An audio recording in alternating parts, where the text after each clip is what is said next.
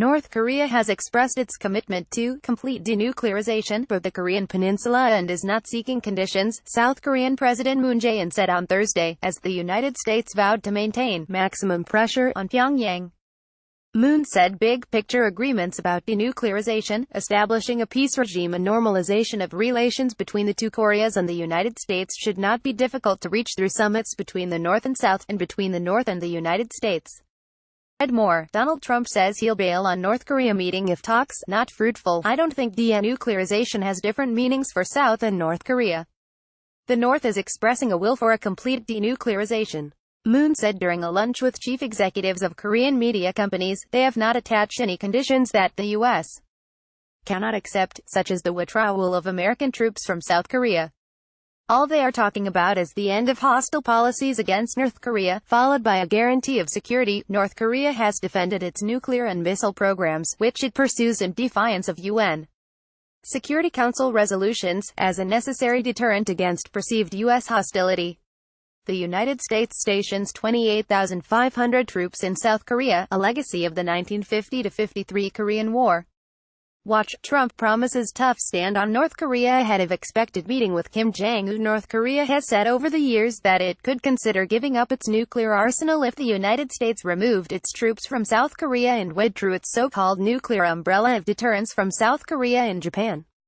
South Korea announced on Wednesday that it is considering how to change a decades-old armistice with North Korea into a peace agreement as it prepares for the North-South summit this month.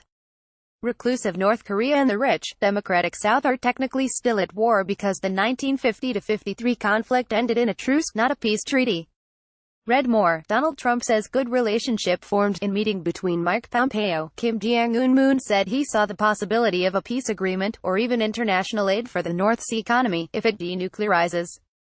But he also said the inter-Korean summit had a lot of constraints, in that the two Koreas could not make progress separate from the North Korea-United States summit, and could not reach an agreement that transcends international sanctions. So first, the South-North Korean summit must make a good beginning, and the dialogue between the two Koreas likely must continue after we see the results of the North Korea-United States summit.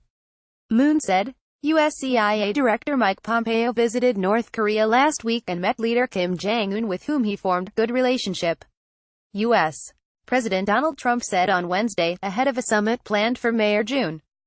Trump said on Wednesday he hoped the summit would be successful, but warned he would call it off if he did not think it would produce results. Watch. Trump says U.S.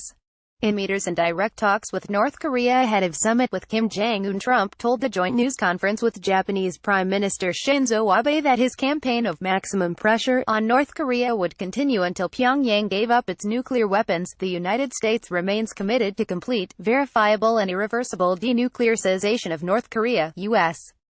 Disarmament Ambassador Robert Wood told a news conference in Geneva on Thursday ahead of a two-week conference on the Nuclear Non-Proliferation Treaty. In terms of the pressure campaign, things we are very interested in are maintaining the pressure, meaning enforcing sanctions, ensuring that the North is not able to get access to funds that help further his nuclear and ballistic missile programs. China's Foreign Ministry spokeswoman Hua Chunying told a regular press briefing in Beijing that China supported ending the state of war on the Korean Peninsula. Read more. North-South Korea reportedly discussing plan to announce end of war following summit. China supports ending the war state on the peninsula at an early date, she said. As a party involved in the peninsula issue, China is willing to play an active role. Ahead of next week's summit, Seoul and Pyongyang will also complete the installment of a telephone hotline between the two leaders on Friday, directly connecting the South's Presidential Blue House and the North's State Affairs Commission, the South's presidential spokesman said. 6 top South Korean officials will accompany Moon to the summit, including his chief of staff, spy chief, national security advisor and unification, defense and foreign ministers, the spokesman said. North Korea meanwhile will hold a plenary meeting of its ruling party's Central Committee on Friday, state media KCNA said on Thursday. The meeting was convened to discuss and decide policy issues of a new stage to meet the demands of the current, important historic period. KCNA said.